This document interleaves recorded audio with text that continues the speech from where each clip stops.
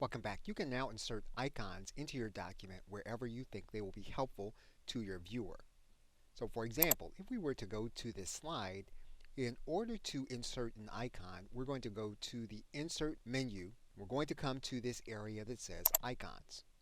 That's going to give us a dialog box that we can begin to search.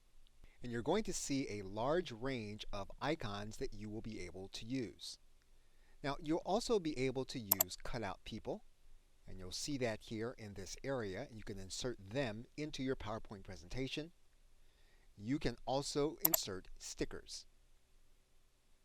You can insert videos into your PowerPoint presentation. You can insert illustrations. And finally, you can also insert cartoon people. And these are the menus as of the recording of this video. Now, depending on when you see it, there may be more menus than you see here. So we can search for the image that we are going to use, or we can browse for it based on the menus that we see here. And you can search through these categories to determine the one that's going to suit you best. What you can then do is you can search within, or you can then search the entire library. Once you see the icon that you want, what you're going to do is you're going to click on top of the icon, and you're then going to click the Insert button.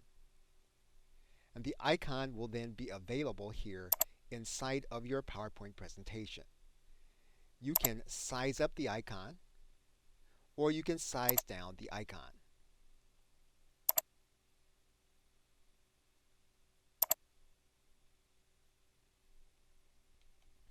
And once you have the icon and you click on top of it, what you're going to notice here at the very top is you have a menu called Graphics Format, and that's going to be specifically for this image. And you have alternatives available here for you to be able to alter the appearance of the image. So for example, if we wanted to rotate the image, we can do that. And if we wanted to rotate the image again, we can do that and do it back the other way.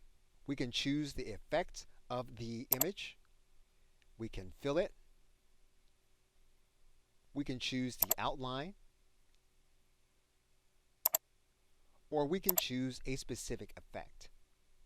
And each time that we actually use the effect and we hover over the effect, we can test the look of the effect by we can hover over the effect, and we can tell what the image is, and we'll be able to see what the image will actually look like with that effect just by hovering over it.